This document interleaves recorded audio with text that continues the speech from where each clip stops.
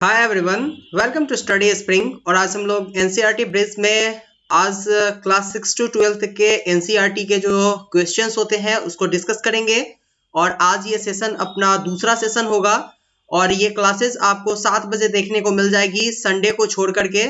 Sunday को ये class gap रहती है, तो ये इंपॉर्टेंट सेशन होगा क्योंकि आपके लिए 6 टू 12 तक के सारे एनसीईआरटी को कवर करवा दिए हुए हैं और उसके केवल क्वेश्चंस आपसे करवाए जा रहे हैं। तो क्लास स्टार्ट करते हैं, बट बिफोर टू बिगिन अगर आपको ऐसा लगता है कि ये चैनल आपके लिए डेडिकेटली वर्क करती है तो चैनल को प्लीज सब्सक्राइब और शेयर कीजिए, क्योंकि ये हमारे मोटिवेशन का एक बहुत बड़ा कारण होता है। इसके साथ आप पीडीएफ डाउनलोड कर सकते हैं हमारे टेलीग्राम चैनल से, और वहां पे आपको क्विज भी दिए जाते हैं जो फ्री ऑफ कॉस्ट होते हैं। चलते हैं अपने क्वेश्चन की तरफ। पहला क्वेश्चन आपके पास है, भारत के सबसे पश्चिमतम बिंदु का नाम क्या है? पहले चीज क्लियर कर दे, यहाँ पर अगर पृथ्वी को लेते हैं और ये अगर पूरे इंडिया को मानते हैं तो ये उत्तर का भाग है, ये दक्षिण का भाग है, ये पूरब का भाग है, ये पश्चिम का भाग है। पूछा जा रहा है आपसे कि सबसे पश्चिमतम बिंदु कौन सा है। आपका जो टाइम है वो स्टार्ट होता है और आप अपने क्वेश्चंस जो है वो अपने जो आंसर होंगे वो कमेंट बॉक्स में कमेंट करते चलिए। सारे क्वेश्चन आंसर मैं देखता जा रहा हूं और यहां से ही पता चलेगा कि आपने जो एनसीईआरटी को पढ़ा है उसको किस तरीके से आपने यूटिलाइज किया है। आपका टाइम अप होता है और इसका जो राइट आंसर होगा वो ग हो जाएगा। ये जो गौर मोता है ये भारत का सबसे दक्षिणतम बिंदु है, और गौर मोता जो है ये कहाँ पर स्थित है ये भी आप कमेंट कीजिए। सारे कमेंट्स मैं पढ़ता जा रहा हूं और आपके आंसर्स जो है वो हमें ये चीज बताता है कि आपने 6 टू 12 तक के एनसीईआरटी को कितना कवर किया है। नेक्स्ट क्वेश्चन पे चलते हैं हम लोग। भारत के सबसे पश्चिमतम बिंदु और पूर्वी बिंदु के मध्य सूर्योदय एवं सूर्यास्त में कितने समय का अंतर होता है? क्वेश्चन ये पूछा जा रहा है आपसे। आपका जो टाइम है वो स्टार्ट होता है और इसके साथ आप आंसर क्लियर करते चलिएगा। आपसे क्वेश्चन पूछा गया कि यहाँ जो है वो पश्चिमी बिंदु और पूर्वी बिंदु के मध्य सूर्योदय और सूर्यास्त में कितने का अंतर होता है, कितने समय का अंतर होता है, ये पूछा जा रहा है। तो इसका जो राइट आंसर हो जाएगा वो आपका ग हो जाएगा। 2 घंटे का अंतर होता है। ठीक है, क्लियर है। यहाँ पे जब अरुणाचल में सूर्य अगर 5 बजे निकलता है तो यहाँ पे आपको जो है वो सबसे पश्चिमतम भाग में जो है यहाँ पे आपको गुजरात वाला एरिया में कहाँ कितने बजे दिखेगा, राजस्थान वाले एरिया में ये आपको दिखेगा 7 बजे। क्लियर है यहाँ तक की बातें। नेक्स्ट क्वेश्चन देखते हैं हम लोग। भारतीय मानक समय रेखा कौन सी है? आपका जो टाइम है वो स्टार्ट होता है अब। भारत का जो मानक समय रेखा है वो क्या है? क्या वो 82.5 डिग्री है, 66.5 डिग्री है, 23.5 डिग्री है, और इनमें से कोई नहीं? आंसर आपके लाइव है, देखे जा रहे हैं, आंसर करते चलिए अपना। बिल्कुल इसका राइट आंसर जो होगा वो 82.5 डिग्री होगा। 66.5 डिग्री के अक्ष पे जो है वो पृथ्वी झुकी हुई है। 82.5 डिग्री भारत का मानक रेखा है और ये जो है 23.5 डिग्री ये जो है कर्क रेखा और मकर रेखा दोनों को दर्शाती है। ये आपका भूमध्य रेखा ऊपर जो उत्तर की तरफ होगा ये कर्क रेखा, नीचे की तरफ जो होगा वो मकर रेखा होगा। क्लियर है बातें। नेक्स्ट क्वेश्चन की तरफ चलते हैं हम लोग। भारतीय समय जो भारत का मानक समय है वो किस देश शहर से होकर के गुजरती है?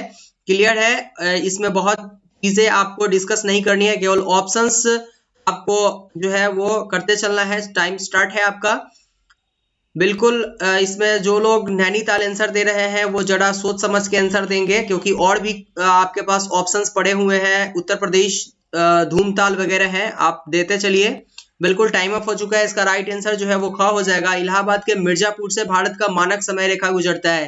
क्लियर है यहाँ की बातें। ये सारे चीज आप क्लास 6 टू 12 के एनसीईआरटी में कंप्लीट कर चुके हैं। यहाँ पे अगर आप क्वेश्चन को गलत कर रहे हैं मींस कि आपका यूटिलाइजेशन जो है टाइम का वो सही जगह पे नहीं हुआ था। बिल्कुल पढ़ाई कीजिए और 6 टू 12 के एनसीईआरटी जो ज्योग्राफी के आपको प्रोवाइड किए जा चुके हैं उसको बिल्कुल आप पढ़िए, और उसमें केवल वही चीज आपको बताया गया हुआ है जो आपके एग्जामिनेशन पॉइंट ऑफ व्यू से रिलेवेंट है या फिर आपके एग्जाम में कभी पूछे जाने वाले क्वेश्चंस है।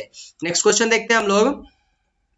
भारतीय मानक समय एवं ग्रीनविच मध्य के समय कितने घंटे का अंतर होता है? शायद ये क्वेश्चन सबसे हल्का होगा आपके लिए, सबसे आसान क्वेश्चन। आपका टाइम स्टार्ट होता है और मैंने पहले भी बताया कि आपको केवल आंसर क्वेश्चन तो दिए जा रहे हैं, वो एनसीईआरटी के बेस पे क्वेश्चन है और आपके जो क्वेश्चंस है वो 6 to 12 के एनसीईआरटी पे ही है और आपको क्लासेस जब करवाए जा चुके हैं तो आंसर गलत नहीं आना चाहिए, बिल्कुल सही। जिसने सही आंसर दिया है इसका राइट आंसर होगा आपका ग। ये जो है 5.5 घंटे का अंतर होता है इसमें, 5 घंटा 30 मिनट कभी ऐसे देगा, कभी 5.5 घंटा को ऐसे करके देगा। तो अगर आप पूर्णांक वाले में अगर इस तरीके से आपके पास आएंगे तो भी आप क्वेश्चन को गलत, आंसर को गलत करके नहीं आएंगे, आंसर सही दे करके आएंगे। नेक्स्ट क्वेश्चन, भारत का सबसे दक्षिणतम बिंदु कौन सा है? आपके पास ऑप्शंस है और चीजें क्लियर करते हुए चलिएगा। आपका जो सबसे दक्षिणतम बिंदु भारत का पूछ रहा है और इसके साथ जो मॉडरेट टाइप के आंसर क्वेश्चन होंगे वो भी आपको मैं बता रहा हूं, बट इसका आंसर आप देते चलिएगा। इसका जो राइट आंसर होगा, टाइम अप होता है आपका, इसका जो राइट आंसर होगा वो ग हो जाएगा, इंदिरा पॉइंट। इंदिरा पॉइंट भारत का सबसे दक्षिणतम बिंदु है। और नेक्स्ट क्वेश्चन आपसे ये पूछा जाएगा कि दक्षिणतम बिंदु कहाँ पे स्थित है, उसका भी आंसर आप देते चलिएगा। किस द्वीप पर स्थित है ये पूछा जा रहा है आपसे। तो आपके टाइम स्टार्ट होते हैं अब, और आंसर जो है होगा आपका फास्ट आना चाहिए, क्योंकि मैं चाहता हूं कि आपने जो 6 to 12 के एनसीईआरटी जो अपने चैनल से, अपने स्टडी स्प्रिंग चैनल से जो देखा है उसका यूटिलाइजेशन इस क्वेश्चन को करके कीजिए। इसीलिए मैं आपके लिए स्पेशल क्लास 7 बजे से स्टार्ट करवाया हूं और 6 बजे से जो आपके एनसीईआरटी के क्लासेस चलते हैं, जो थ्योरी क्लासेस होते हैं वो चलते रहेंगे। टाइम अप है, इसका जो राइट आंसर हो जाएगा वो आपका घ हो जाएगा। ये ग्रेट, यहाँ पे एक वर्ड जोड़ लीजिएगा, ग्रेट निकोबार द्वीप में ये आपका इंदिरा पॉइंट स्थित है, जो भारत का सबसे दक्षिणतम बिंदु है। क्लियर है?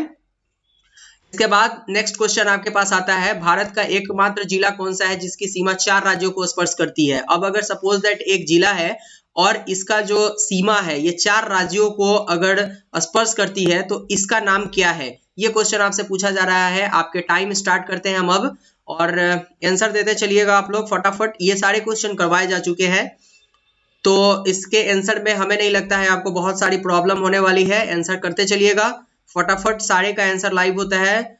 यस पवन, आपका आंसर बिल्कुल सही है, बट और लोग जो है वो आंसर करते चलिएगा। टाइम अप होता है। इसका राइट आंसर जो होगा वो आपका घ हो जाएगा, सोनभद्र, क्योंकि बिहार जिला नहीं है। बिहार का मुजफ्फरपुर जो है इसका दूर दूर तक इससे कोई रिलेशन नहीं होगा।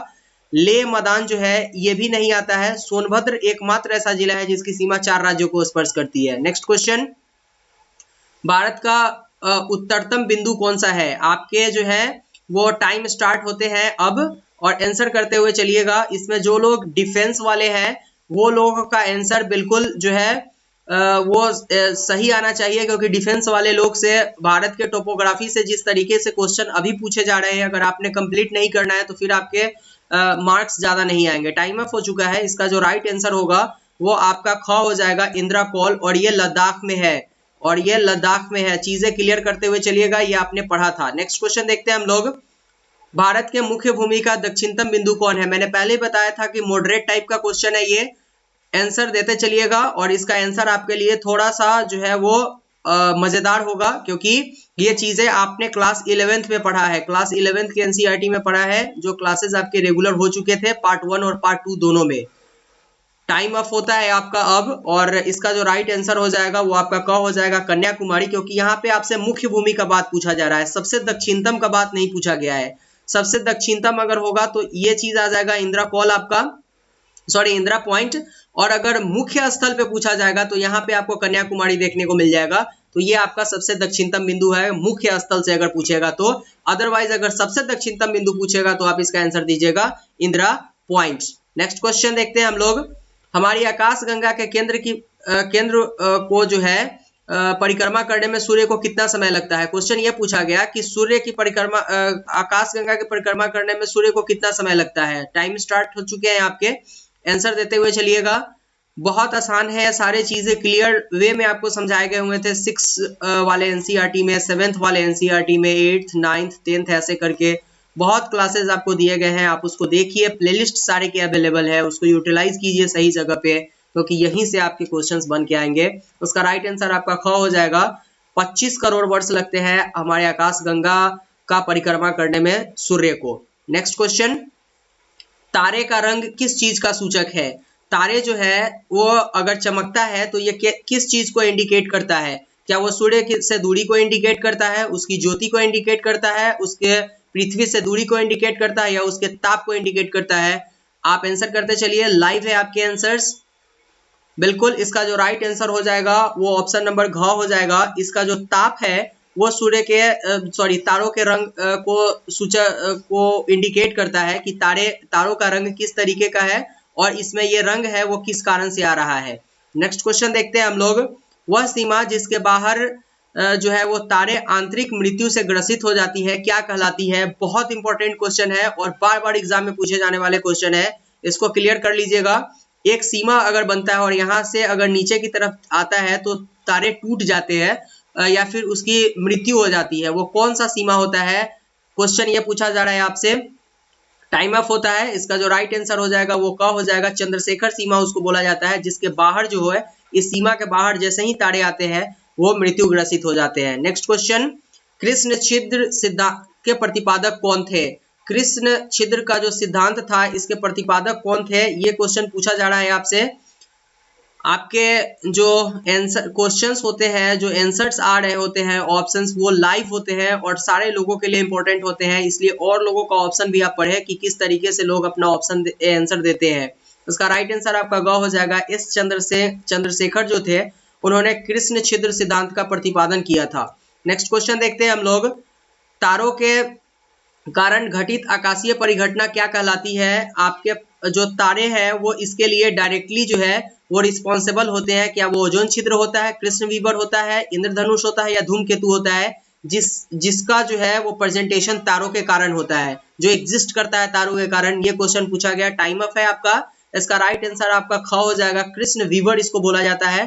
और आप अगर नहीं जानते कि कृष्ण विवर क्या होता है तो जो भी आपके थ्योरी के क्लासेस चलते हैं, जो प्लेलिस्ट में आपको दिए गए हुए हैं, सारे प्लेलिस्ट 6 to 12 तक के एनसीईआरटी के आप कवर कीजिए। आपको ये चीज बहुत आसान से भाषा में आपको समझा दिया गया हुआ है।